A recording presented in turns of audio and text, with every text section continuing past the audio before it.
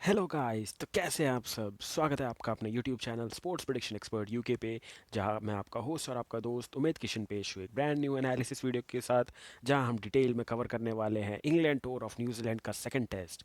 First test काफ़ी रोमांचक था, जहां पहला टेस्ट मेज़बान हार गया था देश न्यूजीलैंड, बुरी तरीके से हारा था। इंग्लैंड ने बुरी तरीके से पटकनी दी थी 267 रन की, काफ़ी बड़ी विजेता हुई थी इंग्लैंड की टीम। तो पहला टेस्ट इंग्लैंड ने के जीत लिया है न्यूजीलैंड के अंदर। तो काफ़ी रोमांचक था पहला मुकाबला। तो चलिए डिटेल में मैं इस वीडियो का मैं एनालिसिस करूंगा, मैच प्रेडिक्शन, टीम न्यूज़ और fantasy tip for that second test in England tour of New Zealand. सो काफ़ी रोमांचक होने वाला है ये मुकाबला। सो बने रहिए मेरे साथ। अगर आप मेरे चैनल पर नए हैं तो मेरे channel sports prediction expert UK को फटाफट से सब्सक्राइब कर लीजिए और लाइक करते चलिएगा वीडियो को। तो चलिए हम फटाफट से बात करते हैं हॉट टॉपिक्स की, क्या रहेंगे हमारे इस मुकाबले के हॉट टॉपिक्स। तो मैं शुरुआत करूंगा टीम न्यूज़ और टीम स्क्वाड से, फिर आपको मैं दूंगा प्लेइंग 11 दोनों टीमों की, क्या एक्सपेक्टेड प्लेइंग 11 है, क्या न्यूजीलैंड बदलाव कुछ करेगा कि नहीं करेगा after this big loss in the first test, और इंग्लैंड क्या कोई बदलाव ले जाएगा क्योंकि जीत कर आ रहा है, या फिर सेम टीम के साथ खेलेगा और इंजरी का तो कोई कंसर्न है नहीं, तो क्या रहेगा मैं वो डिटेल में बताऊंगा। फिर मैं बताऊंगा आपको पिच एंड ग्राउंड रिपोर्ट की, जहां ये बेसिन रिजर्व में जहां मैच खेले जाने वाला है, कैसी है वहाँ की पिच, कैसा फेवर होता है, कैसा गेंदबाजों को मदद मिलती है, तेज़ गेंदबाजों को मदद है कि स्पिनर्स को मदद है। फिर मैं लाया हूँ प्लेयर स्टैट्स, इनके प्रीवियस फॉर्म्स कैसे हैं दोनों टीमों के, वो लाया हूँ। आपको जैसे मैं पहले बता चुका हूँ कि ये दोनों टीमें अपनी पिछली सीरीज़ पाकिस्तान के अगेंस्ट पाकिस्तान में खेल कर आ रही है, जहाँ न्यूजीलैंड ने खेले तो दो टेस्ट मुकाबले, वहीं इंग्लैंड खेल के आ रहा है तीन टेस्ट इन पाकिस्तान। उसके बाद से टी20 और वनडे क्रिकेट काफ़ी खेला है और अब दोनों टेस्ट खेलने पहुंचे हैं न्यूजीलैंड में। तो मैं डिटेल में इनका आपको दूंगा कि इनका करंट फॉर्म कैसा है हर प्लेयर का। फिर मैं दूंगा हमारी सबसे काम की चीज़ जो कि होगी fantasy cricket tips for both the teams. मैं आपको बताऊंगा किस प्लेयर को लेना है, किस प्लेयर को ड्रॉप करने का है, लेने का क्या रीज़न रहेगा, ड्रॉप करने का क्या रीज़न रहेगा। इसमें रहेगा हमारा इन्वेस्टमेंट हाई, क्योंकि जैसे मैंने पहले टेस्ट में जिस जिस खिलाड़ी का नाम लिया था जो चमकेंगे वो सब चमके। टॉम ब्लंडल, हेनरी ब्रूक, मैंने बोला था ज़रूर चलेंगे ये लोग, चले। टॉम ब्लेंडल चले, मैंने बोला था हो सकते हैं जो रूट फ्लॉप हो सकते हैं, बेन स्टोक्स भी कम ही रन बनाएंगे। और गेंदबाजी में मैंने कहा था अगर नील वैगनर खेलेंगे तो काफ़ी इफेक्टिव रहेंगे, और स्कॉट खुलेगिन मैंने बोला था ज़बरदस्त गेंदबाज है, इनको अपनी टीम में ज़रूर रखिएगा। तो जिन जिन प्लेयरों का मैंने नाम फर्स्ट टेस्ट मैच में दिया था आपको, वो सारे के सारे चमके थे, और हमने इसमें भी क्लीन स्वीप कर दिया था। टेस्ट मैच में क्लीन स्वीप करवाना भी हमारी आदत हो गई है। जल्दी कोई टेस्ट मैच में प्रिडिक्शन करता नहीं है, बट मैं सबसे जल्दी करता हूँ, क्योंकि टेस्ट मैच में आप बड़ा अमाउंट लगा के छोड़ दीजिए, 5 दिन बाद आपके फेवर में ही आएगा रिजल्ट, तो वो पैसा डालिए और भूल जाइए, ऐसा रहता है। तो मैं डिटेल में इस मुकाबले का भी आपको फैंटेसी क्रिकेट टीम दूंगा, जिसकी होगी ग्रैंड लीग और स्मॉल लीग की ज़बरदस्त टीम। फिर मैं दूंगा माई प्रिडिक्शन में मेरी final team based on my analysis and my statistics, जो कि मैच शुरू होने से पहले और टॉस होने से पहले की टीम है। मेरी फाइनल टीम मिलेगी आपको मेरे channel sports prediction expert UK पे एज अ शॉर्ट वीडियो, और मेरे Telegram channel sports prediction expert UK पे। तो जल्दी से जाइए मेरा टेलीग्राम चैनल भी ज्वाइन कर लीजिए, और मेरा channel YouTube channel sports prediction expert UK को फटाफट से सब्सक्राइब कर लीजिए। एम करते हैं 200 सब्सक्राइबर्स का, तो फटाफट से बिना देर की प्लीज़ सब्सक्राइब करते चलिए और मेरे साथ आगे बढ़ते चलिए। तो चलिए फटाफट से मैं आपको दे देता हूँ टीम न्यूज़ की, क्या है दोनों टीमों का स्क्वाड। तो काफ़ी अच्छा स्क्वाड सेलेक्ट हुआ था इस सीरीज़ के लिए दोनों टीमों से अगर देखा जाए। तो न्यूजीलैंड लगभग सेम ही प्लेयर्स के साथ खेलता आ रहा है क्रिकेट, ज़्यादा बदलाव कर नहीं रहा है टेस्ट टीम में। बट इंग्लैंड की तरफ से बड़ी खबर ये थी कि स्टुअर्ट ब्रॉड आए थे इनके में टेस्ट मुकाबले में, और थोड़ी बैड न्यूज़ जो देखी जाए न्यूजीलैंड की तरफ से ये थी कि काइल जेमिसन आए थे सीरीज़ में, बट बैक इंजरी के कारण वापस चले गए। मैट हेनरी अवेलेबल थे, बट उनको न्यू बॉर्न बेबी होने वाला है, तो उसके चक्कर से वापस वो फैमिली के साथ जा चुके हैं। तो काफ़ी सारे कमिटमेंट की वजह से न्यूजीलैंड को झटके लगे हैं, बट फिर भी न्यूजीलैंड के पास ज़बरदस्त खिलाड़ी थे जो इस मुकाबले में वो उतार सकते हैं। तो अगर मैं पूरे स्क्वाड की बात करूँ न्यूजीलैंड की, तो इनके पास है Devon Conway, Henry Nicholls, then Kane Williamson, Will Youngs, Daryl Mitchell, Michael Bracewell, Scott Collington, Tom Blundell, Tom Latham, Blair Tickner, Ish Sodhi, Jacob Duffy, Kyle Jamieson जो अब बाहर हो चुके थे, इनका नाम कट कर सकते हैं। मैट हेनरी हेनरी ने भी अपना नाम वापस ले लिया है। फिर नील वैगनर और टिम साउदी द कैप्टन, तो तेज़ गेंदबाज कप्तान है, तो मेरे को काफ़ी पसंद है एज अ कैप्टन। बस थोड़ा मेरे को लगता है इम्प्लीमेंटेशन में गलती होगी बहुत बड़ी न्यूजीलैंड से, जहाँ काफ़ी ज़्यादा बैटिंग ऑर्डर चेंज किया और टॉस जीत कर गेंदबाजी करना ही सबसे बड़ा गलत डिसीजन था। मैंने प्रिडिक्शन में ही बोल दिया था कि टॉस जीत के बल्लेबाजी करना पड़ेगा, और दोनों टीमों की फर्स्ट इनिंग का स्कोर काफ़ी मैटर करेगा इस मुकाबले में। मैं पहले एनालिसिस कर चुका था ये, और ये काफ़ी बड़ी गलती हो गई थी टीम सऊदी से कि टॉस जीत के किया था गेंदबाजी का फैसला। पिच देखी, हरी पिच है और कंडीशंस थी तेज़ गेंदबाजों के लिए, तो ले लिया भले ही। बट मैंने कहा था अगर वही 250 रन जो बनाए न्यूजीलैंड ने सेकंड इनिंग में, अगर वो फर्स्ट इनिंग में बना देते, तो हो सकता था यूज पिच पे इंग्लैंड उतने रन भी ना बना पाता। तो हार होती भी तो इतनी बड़ी नहीं होती, और या फिर जीत ही जाते। तो पहला ही डिसीजन गलत हो गया था टीम सऊदी का, जहाँ टॉस जीत के ली थी गेंदबाजी का फैसला। तो मैं फटाफट से चले आपको इंग्लैंड प्लेयर का स्क्वाड बता देता हूँ जो गया है न्यूजीलैंड में क्रिकेट खेलने। तो बेन डकेट, जो कि अभी यंग प्लेयर है, जो किसी ने प्लेयर ने इनका सुना नहीं है डिटेल में, फैंटेसी में भी इनको किसी ने नहीं लिया था, हमने लिया था इनको अपनी टीम में, और चमके थे ये भी। उसके बाद मैं नेक्स्ट बात करूं, प्लेयर जो है हेनरी ब्रूक, ज़बरदस्त डिफेंस, इनके डिफेंस की काफ़ी तारीफ हो रही है। सारे प्लेयर्स इनकी डिफेंस जो रिटायर्ड हो गए हैं वो भी इनके अभी डिफेंस की बात करते हैं, जिस हिसाब का इन्हें डिफेंस दिखाया है सीरीज़ में। ज़बरदस्त, शतक नहीं आया है, 2 अर्धशतक बनाकर आ रहे हैं। और सेम बेन डकेट ने भी पहली पारी में अर्धशतक मारा था, तो ये दोनों ज़बरदस्त प्लेयर बल्लेबाजी करते हुए उभरे हैं। फिर जो रूट, जो सेम केन विलियमसन जैसा हाल है, रन बन नहीं रहे, करंट फॉर्म बहुत ख़राब है। फिर जैक क्रॉली जो इनके ओपनर है, Ben Stokes captain, Dan Lawrence, Jacks, Ben Foakes जो कि इनके विकेट कीपर हैं, ओली पोप भी एक विकेट कीपर हैं। फिर इनके पास जैक लीच है, जैक लीच को इनने पहला टेस्ट मैच खिलाया था। ये काफ़ी इंटरेस्टिंग चॉइस मेरे को लगा था इनको, कि जैक लीच को इनने पहला टेस्ट मैच उतार दिया था। फिर थे James Anderson, Matthew Potts, Ollie Robinson, Ollie Stones और स्टुअर्ट ब्रॉड। और दूसरी चीज़ अगर मैं देखूँ तो मेरे को सबसे बड़ी कमज़ोरी जो न्यूजीलैंड की लगी थी, उनने इस सोडी को ना खिलाते हुए पहले खिला दिया था माइकल ब्रेसवेल को। तो ये मेरे को काफ़ी बड़ी अलग न्यूज़ लगी थी, क्योंकि मैंने भी अपनी जो प्लेइंग 11 पहले टेस्ट मैच के लिए दी थी, उसमें मैंने बोला था बेस्ट रहेगा ऑप्शन है टू गो विथ इश सोडी। बट किस रीज़न से ब्रेसवेल को लेके गए, शायद बैटिंग बढ़ाना चाहते थे, उसके हिसाब से लेके गए। बट ये बहुत गलत ऑप्शन था, बहुत गलत चॉइस थी, क्योंकि आप देखिए जैक लीच ने ज़्यादा अच्छी गेंदबाजी की थी दूसरी इनिंग में। तो अगर आप देखें तो इश सोडी जो एक्सपीरियंस लाते हैं, तो वो प्रेशर डाल सकते थे गेंदबाजी में। आपको पहली पारी में तो माइकल ब्रेसवेल काम ही नहीं आया, जहां आपने सिर्फ 3 ओवर की गेंदबाजी करवाई ब्रेसवेल से। तो उस जगह ब्रेसवेल की जगह इस थोड़ी इफेक्टिव हो सकते थे। तो मेरे को लगता है छोटी मोटी गलतियां हुई, उसके कारण काफ़ी बड़ा इम्पैक्ट पड़ा है न्यूजीलैंड को, और न्यूजीलैंड को अब फाइट बैक दिखाना पड़ेगा और एक एक की बराबरी पे लानी पड़ेगी सीरीज़ को, वरना अपने घर में सीरीज़ हारना काफ़ी बड़ी हार होती है। और इंग्लैंड पटकनी दे जाएगी, तो आपको पता ही है, बेसबॉल मोड में खेलती है इंग्लैंड अब टेस्ट लगातार। ब्रेंडन मैकलम के अगेंस्ट जो इनके कोच हैं, ज़बरदस्त कोच हैं, एकदम बेसबॉल मोड में खेलती है, तेज़ खेलती है, 6-7 की इकोनॉमी से, मतलब रन रेट से बैटिंग होती है। प्लस अपनी होम टीम के अगेंस्ट न्यूजीलैंड के जो कोच है उनने इतना ज़बरदस्त मुकाबला जीता है, तो काफ़ी तारीफ हो रही है ब्रेंडन मैकलम की इस मुकाबले में, कि क्या ज़बरदस्त कोच मिले हैं इंग्लैंड को, जो इतना क्रिकेटिंग फॉर्मेट ही बदल दिया उनने। तो चलिए डिटेल में एनालिसिस करेंगे आगे के मैच का, तब तक के लिए मेरे channel sports prediction expert UK को फटाफट से सब्सक्राइब करते चलिए। तो चलिए मैं आपको बता देता हूँ फटाफट से क्या रहेगी दोनों टीमों की प्लेइंग 11।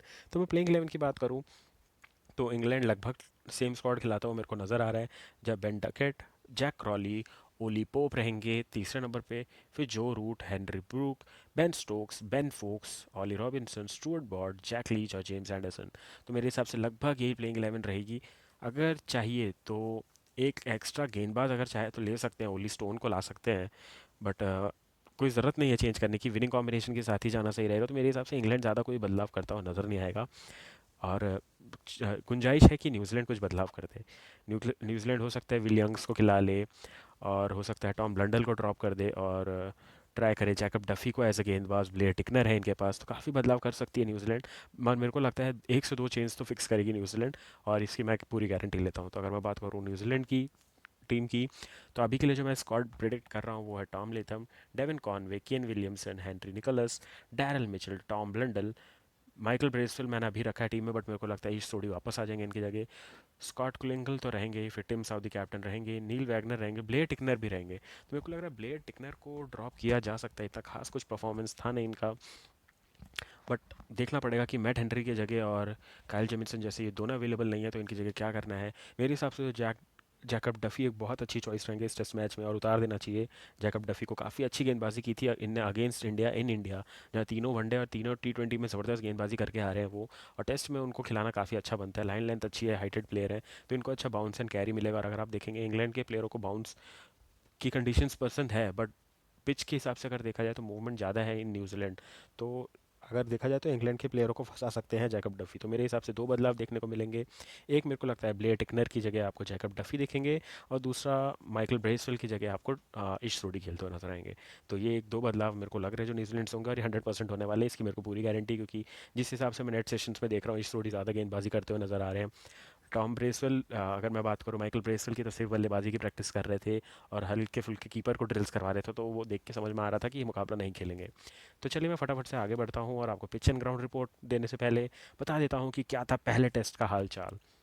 तो पहला टेस्ट का मैं जस्ट ओवरव्यू आपको फटाफट से दे दूं, तो न्यूजीलैंड ने जीता था टॉस और किया था गेंदबाजी का फैसला, जो कि 100% गलत फैसला था, जो मैं आपको बताने चाहता हूं। कि अगर आप देखेंगे, मैंने आपको पहले ही बोला था, इसमें पहली इनिंग का स्कोर काफ़ी डिपेंड करेगा कि ये टेस्ट मैच कैसे जाएगा।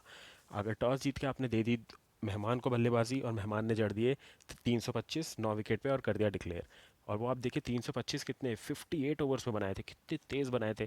आजकल वनडे में 300 रन बनते हैं 50 ओवर में, और वो भी कभी कभी नहीं बनते, बट इन्हें 58 ओवर्स में 325 जड़ दिए थे। इंग्लैंड ने काफ़ी तेज़ क्रिकेट खेला था और लास्ट में डिक्लेयर कर दिया था, चाहते थे कि ज़्यादा से ज़्यादा ओवर गेंदबाजी करें और न्यूजीलैंड को थका के उतार दें पिच पे। तो वही हुआ।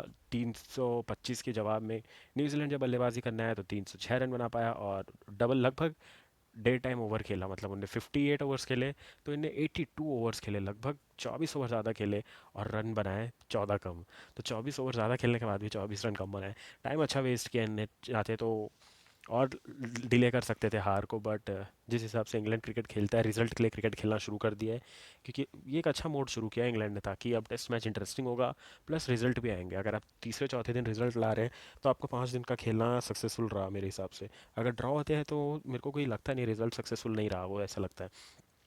तो अगर मैं उसके बाद बात करूँ, तीसरी पारी जो शुरू हुई इंग्लैंड की सेकंड इनिंग, वहाँ उनको मिल चुकी थी 14 रन की लीड, और वहाँ और ज़बरदस्त बल्लेबाजी की, 734 रन चढ़ दिए 73.5 ओवर में ही।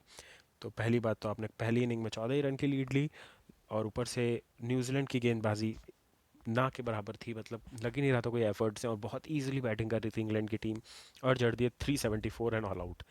और काफ़ी बड़ा लक्ष्य सेट हो चुका था, 398 का टारगेट सेट हो गया था, और 398 के आसपास का रन आपको पता ही कितना मुश्किल होने वाला था। बट इतना ख़राब नहीं खेलना चाहिए था न्यूजीलैंड को जितना चौथी पारी में वो खेला। 126 पे ऑल आउट हो गया 45 ओवर्स में, और ये मुकाबला इंग्लैंड जीत गई 267 रन से। काफ़ी बड़ी जीत इंग्लैंड की, 1-0 से अब आगे हो चुकी है सीरीज़ में। अब इंग्लैंड क्या करेगा इस मुकाबले में कि वो अगर टॉस जीता तो बैटिंग करके सोचेगा 400 साढ़े 400 रन बना दे, क्योंकि ये बेसिन रिजर्व की ज़बरदस्त पिच है, यहाँ काफ़ी रन बनते हैं।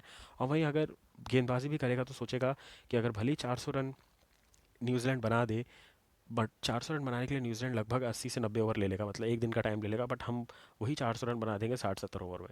तो ये रिजल्ट के लिए जब इंग्लैंड खेलती है तो काफ़ी जल्दी जल्दी रन बनाती है, और अगर न्यूजीलैंड को ये जीतना है मुकाबला तो यही चीज़ रोकनी पड़ेगी।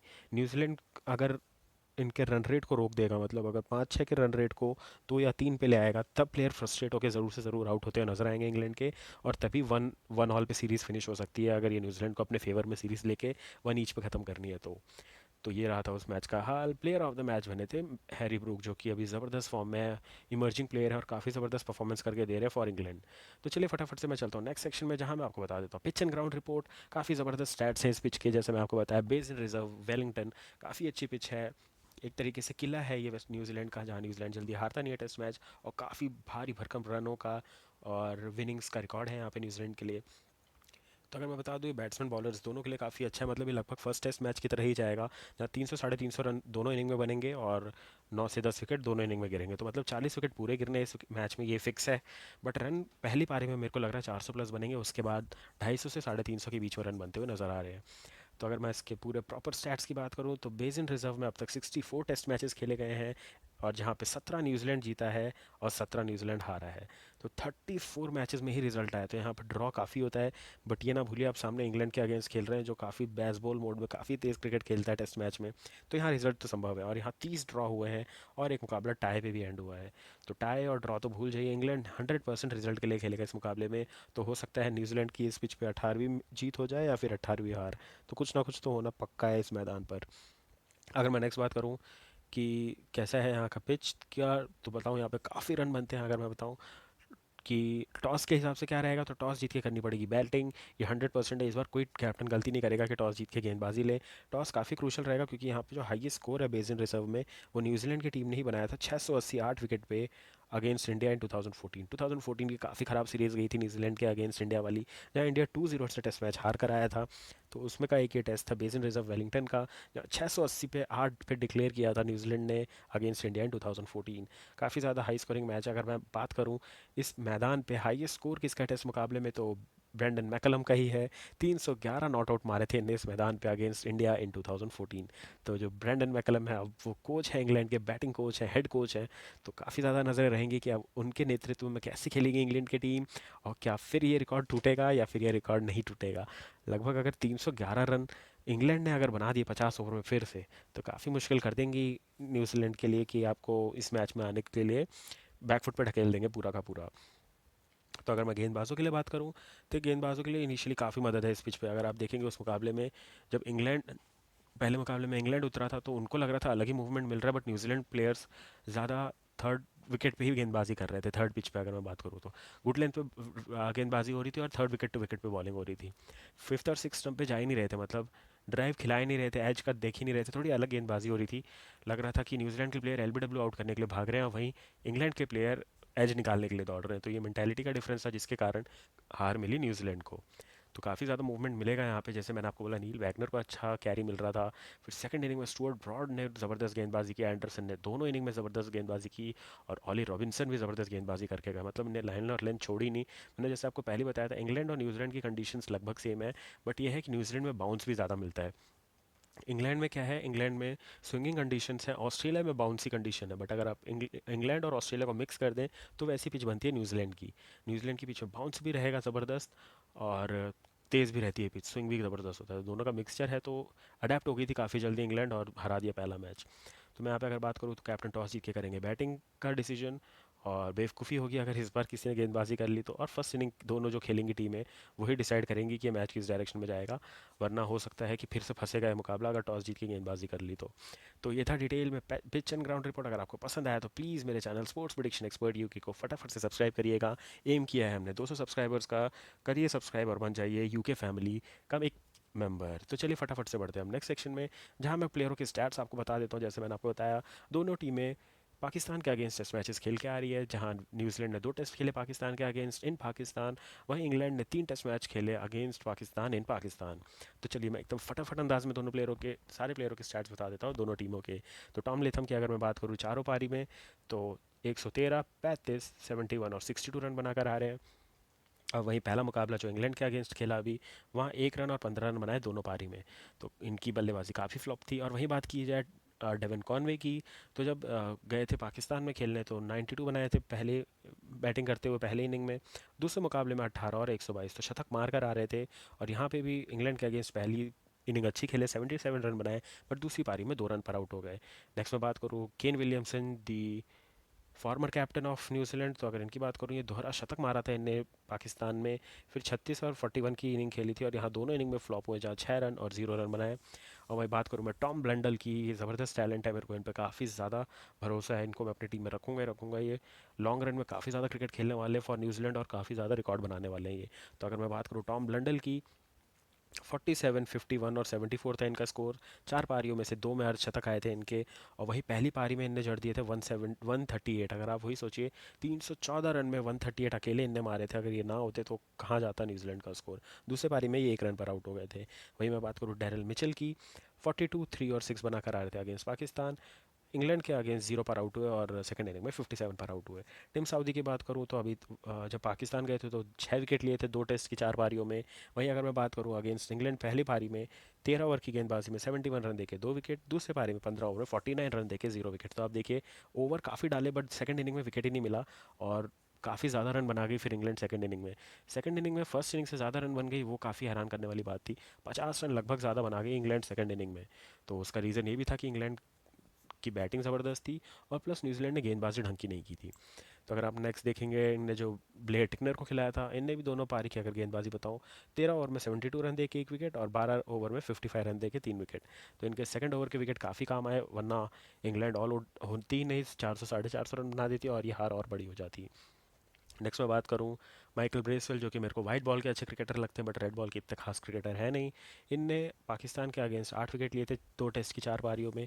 और यहाँ जब उतरे तो पहले ही इनिंग में बनाए 7 रन, गेंदबाजी करते हुए 3 ओवर में 13 रन देके 0 विकेट। में यही बात कर रहा था, पहली पारी में जहाँ आपकी टीम 80+ ओवर डाल रही है, आप सिर्फ 3 ही ओवर डाल रहे हैं एज ए फिफ्थ बॉलर, तो कोई कंट्रीब्यूशन खास था नहीं। तो इनको क्यों खिलाया, ये काफ़ी बड़ा क्वेश्चन मार्क था मेरे हिसाब से। इस जोड़ी को ही होना चाहिए था, जो कम से कम कुछ नहीं तो 10 से 15 ओवर तो डाल के ही जाते और इंग्लैंड को फंसाते, क्योंकि उनके अंदर जो टैलेंट है और जो उनका एक्सपीरियंस है वो काफ़ी काम आता है इस टेस्ट में, और फंसा सकते थे लेफ्ट हैंडर बल्लेबाज को इस थोड़ी ज़्यादा से ज़्यादा। तो एक वो मिसिंग पार्ट था। और इनका अगर सेकंड इनिंग में देखें तो 19.5 ओवर में 68 रन देके 3 विकेट लिए। सेकंड पारी में अच्छी गेंदबाजी की इनने, बट फर्स्ट इनिंग में अगर कंट्रीब्यूशन हो गया होता इनका तो वो 325 की जगह 270 होते। तो वो 270 होते तो उसके बाद 40 रन की लीड न्यूजीलैंड लेता। 40 रन की लीड न्यूजीलैंड लेता तो अगर 300 रन भी बनाता इंग्लैंड, वहाँ से 250 चेज़ करना होता, और 250 चेज़ करना और 400 चेज़ करने में काफ़ी फ़र्क होता है, तो मेंटली आप स्ट्रांग रहते। तो ये काफ़ी बड़ी गलती हुई थी सऊदी से कि पहले तो टॉस जीत के गेंदबाजी ली, और दूसरी चीज़ माइकल ब्रेसवेल को खिलाया इस जोड़ी से पहले। तो ये मैं डिटेल में यही बता रहा था आपको। उसके बाद बात करूँ स्कॉट कुलोग्लू की, तो इन्हें अच्छी गेंदबाजी की, ये और नील वैगनर मेरे लिए मस्ट पिक रहेंगे सेकंड टेस्ट में भी, क्योंकि इन्हें प्रॉमिसिंग गेंदबाजी की। 13 ओवर में 80 रन दे के 2 विकेट, 14 ओवर में 81 रन दे के 2 विकेट। नील वैगनर ने बल्लेबाजी भी की, 27 और 9 रन बनाए पहली पारी में, 16.2 ओवर में 82 रन दे के 4 विकेट्स, और वही सेकंड पारी में 13 ओवर में 110 रन दे के 2 विकेट। तो इनने छः छः चार देखेंगे आप तो 10 विकेट तो इन्हीं ने ले लिए 20 में से। तो ये दो गेंदबाज थे जिन्होंने ज़बरदस्त गेंदबाजी की। फिर ब्रेसवेल की सेकंड इनिंग में अच्छी गेंदबाजी थी। बाकी अगर आप देखेंगे टिम साउदी तो चले ही नहीं, पहली पारी में 2 विकेट, दूसरी में विकेट ही नहीं लिया। तो आप इन्हीं स्टैट से पता कर लेंगे कि न्यूजीलैंड का काफ़ी लो लेवल का परफॉर्मेंस था, ऑन द मार्क था नहीं, काफ़ी गलतियां हुई हैं, तो उसको सुधारना पड़ेगा अगर 1-1 करना है इस सीरीज़ को। तो चलिए फटाफट से 1-0 की लीड लेने वाली टीम इंग्लैंड के मैं आपको प्लेयर स्टैट्स बता देता हूँ। तो काफ़ी क्रिकेट खेल के आ रही है एशियन पिचेस पे, काफ़ी बैटिंग करके आ रही है ये टीम। पाकिस्तान में 3 टेस्ट खेले थे, तो मैं 3 टेस्ट के आपको रिकॉर्ड्स बता दूं इनके। तो जैक क्रॉली की अगर मैं बात करूं, तो 122, 50, 19, 3, 0 और 41 ये था इनका स्कोर। अगर आप पूरा अगर ऐड भी करेंगे तो लगभग 350 रन बनाकर आ रहे थे ये पाकिस्तान में ही। और यहाँ उतरे पहली पारी में तो 4 रन बनाए, दूसरी पारी में 28 रन बनाए। फिर बात की जाए बेन डकेट की, तो इनने भी पहली पारी में वहाँ शतक मार दिया था पाकिस्तान में। फिर 0, 63, 79, 26, 82, तो यहाँ भी अगर आप देखें तो लगभग इनके भी 400 रन थे पाकिस्तान में। और यहाँ आके पहली पारी में 84 बनाए अगेंस्ट न्यूजीलैंड, और 25 रन बनाया सेकंड इनिंग में अगेंस्ट न्यूजीलैंड। तो दोनों पारी में अच्छे रन थे, ऐसा भी नहीं कि एकदम ख़राब खेले, इतने रन ठीक लगते हैं, ये ज़्यादा भी कम नहीं थे, ज़्यादा ज़्यादा भी ज़्यादा नहीं थे। फिर बात करो ओली पोप की, तो इनने भी शतक जड़ा था पाकिस्तान में, 108, 15, 64, 51, एंड चौथी पारी में बल्लेबाजी नहीं आई थी। अगर आप इनका भी देखेंगे तो इनके भी 250 प्लस रन थे इन पाकिस्तान। और यहाँ भी आए दोनों पारी में 40 प्लस स्कोर, 50 बना नहीं, बट इतना कंट्रीब्यूशन भी काफ़ी था 3, 4, 5 नंबर के बल्लेबाजों के लिए। नेक्स्ट में बात करूँ इन फॉर्म हेनरी ब्रूक की, तो इनने पाकिस्तान में तो काफ़ी ज़बरदस्त बल्लेबाजी की थी, 3 शतक मारे थे पाकिस्तान में 6 पारियों में। पहले में 153, फिर 87, फिर 9, 108, ट्रिपल वन, और डिड नॉट बैट की जगह भी कुछ 40-50 आ जाते अगर उस मैच में बैटिंग आती। तो अगर आप इनके देखें, इनने भी लगभग 300 से 400, 300 रन आराम से बना दिए थे इसमें। और वहीं पहली इनिंग में पहले टेस्ट में 89 बनाए और सेकंड में 54। तो काफ़ी टैलेंटेड है हैरी ब्रूक। और इनका डिफेंस की बहुत चर्चा हो रही है कि विव रिचर्ड्स जैसे इनका डिफेंस है, एकदम फ्रंट फुट के पैड के पास डिफेंस करते हैं और काफ़ी एंड मोमेंट तक बॉल को देखते हैं, लीव भी अच्छा है, और लास्ट टाइम तो बॉल को वॉच करते हैं, और इनको एज निकालना काफ़ी मुश्किल हो रहा था गेंदबाजों को। नेक्स्ट में बात करूँ जो सबसे ज़्यादा टैलेंटेड टेस्ट प्लेयर थे फॉर इंग्लैंड, जो कि हैं जो रूट, जो कि अभी करंट फॉर्म में काफ़ी जूझ रहे हैं सेम एज केन विलियमसन। तो अगर इनका भी मैं बता दूं तो पाकिस्तान की सीरीज़ बिल्कुल अच्छी नहीं गई थी। पहली पारी में 23, फिर 73 पहले टेस्ट मैच में, दूसरे टेस्ट मैच में 8 और 21 रन बनाए, तीसरे टेस्ट मैच में 0 और बैटिंग नहीं आई। तो आप देखेंगे एक तरफ टॉप ऑर्डर रन बना रहा था, वहाँ इनने मिल के सारे रन मिला के भी 120, 150 रन भी नहीं बने इनसे। बट इनसे उम्मीद है कि ये टेस्ट मुकाबले में वापसी करेंगे, सेम एज चेतेश्वर पुजारा जैसा कमबैक किया है इनने, वैसे चेतेश्वर पुजारा जैसे जो रूट और केन विलियमसन भी अपनी परफॉर्मेंस लाएंगे और ज़्यादा से ज़्यादा टेस्ट क्रिकेट खेलेंगे। उसके बाद वन फॉर्मेट प्लेयर है तो कोई और ऑप्शन है नहीं, जैसे केन विलियमसन तो तीनों फॉर्मेट खेलते हैं तो उनके लिए कोई दिक्कत नहीं है, किसी एक फॉर्मेट में भी 50 और या फिर शतक आ गया तो उनका फॉर्म आ जाएगा। बट जो रूट जो कि एक ही फॉर्मेट के प्लेयर रह गए, इनको अपनी क्रिकेट पर काफ़ी मेहनत करनी पड़ेगी। तो मैं बताऊं, इनने जो पहला टेस्ट मैच खेला अगेंस्ट न्यूजीलैंड, वहाँ 14 और 57 बनाए, तो 57 में मेरे को काफ़ी अच्छे लगे ये। तो मेरे को लगता है बेसिन रिजर्व में भी अच्छा स्टार्ट लेंगे और बॉल अच्छा वॉच करके सिंगल डबल भागेंगे। जो रूट की खासियत ही यही है, गैप पे चौके भी अच्छे से निकालते हैं और कब 30 तक पहुँच जाते हैं आपको पता ही नहीं चलेगा। तो ये इनकी काफ़ी अच्छी खासियत है। अगर 15 के अंदर आउट हो गए तो हो गए, वरना कब 30 से 50 पहुँचेंगे, 50 से 70, 70 से 100, काफ़ी स्मूथली बल्लेबाजी करके जाते हैं। तो मैं नेक्स्ट बात करूँ इनके कैप्टन बेन स्टोक्स की, तो बेन स्टोक्स ने भी पाकिस्तान में ठीक ठाक परफॉर्मेंस किया था, जहाँ पहले टेस्ट में 41 और 0, सेकंड टेस्ट में 30 एंड 41, फिर तीसरे टेस्ट में 26 एंड 35। काफ़ी नीचे बल्लेबाजी करने आ रहे थे, 5, 6, 7 नंबर पे आ रहे थे बल्लेबाजी करने। गेंदबाजी बस एज अ पार्ट टाइम कर रहे थे, रिकवरी कर रहे थे, बैक इंजरी से तो ज़्यादा फोकस नहीं किया गेंदबाजी में, प्लस स्पिन ट्रैक था। तो ब्रेसवेल इस जोड़ी ने काफ़ी 40-40 ओवर की गेंदबाजी की थी, और बाकी काम आ, कर रहे थे टिम साउदी और बाकी तेज़ गेंदबाज डैरल मिचेल, ये सब तो बहुत कम गेंदबाजी की थी। माफ़ कीजिएगा, इस साइड से अगर इंग्लैंड की तरफ से मैं बात करूं तो जब जैक लीच थे, सॉरी मैं न्यूजीलैंड का बता दिया आपको, तो जैक लीच इन सब ने काफ़ी गेंदबाजी की थी, जितने एक्स्ट्रा स्पिनर्स थे उनने काफ़ी काम किया था। बट वहाँ नहीं की थी गेंदबाजी ज़्यादा इंग्लैंड के लिए, क्योंकि बैक इंजरी से आ रहे थे। तो वहाँ ज़्यादा कुछ नहीं किया, और यहाँ पहले टेस्ट मुकाबले में 19 और 31 रन बनाए। गेंदबाजी में सिर्फ पहले पारी में 7 ओवर में 38 रन देके एक विकेट लिए, और दूसरे पारी में गेंदबाजी ही नहीं की। नेक्स्ट मैं बात करूँ जो अभी इंग्लैंड टीम में वापसी कर रहे हैं, स्टुअर्ट ब्रॉड की। दोनों पारी में अच्छी गेंदबाजी की, धीरे धीरे लय पकड़ रहे हैं। पहले में 17 ओवर में 72 रन देके एक विकेट, दूसरी पारी में 15 ओवर में 49 रन देके 4 विकेट झटके थे इनने, जहां 126 में ऑल आउट करने में सबसे ज़्यादा रोल प्ले किया था इनने, स्टुअर्ट ब्रॉड ने, जहां झटके ही झटके देते गए टॉप ऑर्डर मिडिल ऑर्डर के बल्लेबाजों को। फिर नेक्स्ट मैं बात करूँ जेम्स एंडरसन, जहाँ स्पिनिंग का बोलबाला था पाकिस्तान में, वहाँ भी ये 8 विकेट लेकर आ रहे हैं, चार छः पारियों में, 4 टेस्ट की, 3 टेस्ट की, तो काफ़ी अच्छी गेंदबाजी कर कर आ रहे थे। तो वहीं इनने पहले टेस्ट मुकाबले में भी पहली पारी में 16.5 ओवर में 36 रन देके 3 विकेट लिए थे, और दूसरी पारी में 10.3 ओवर की गेंदबाजी में 18 रन देके लिए थे 4 विकेट।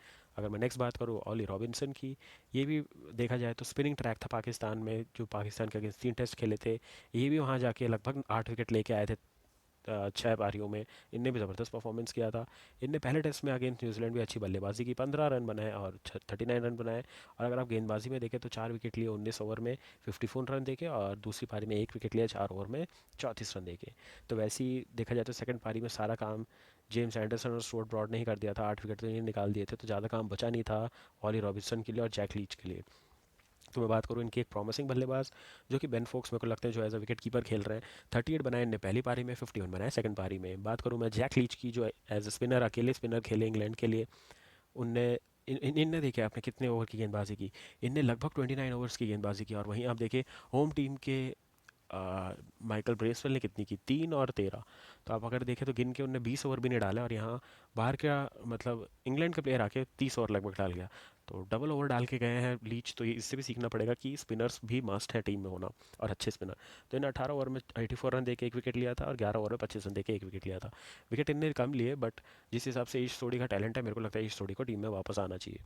तो कैसे लगा आपको player stats, please comment section में कमेंट करके बताइएगा। कुछ सजेशन रहा तो वो भी बताइएगा, और कोई रिक्वेस्ट है तो प्लीज़ वो भी बताइएगा, मैं उसको प्लीज़ जल्दी जल्दी फॉलो करूँगा। और मेरे चैनल स्पोर्ट्स प्रेडिक्शन एक्सपर्ट को यूके को फटाफट से सब्सक्राइब करते चलिए। चलिए मैं बढ़ता हूँ अपने मेन टॉपिक पे, जो कि हमारा रहेगा फैंटेसी क्रिकेट टिप्स और फैंटेसी क्रिकेट टीम। तो मैं बात करूँ इस मुकाबले में, मैं जाऊँगा दोनों विकेट कीपर्स के साथ।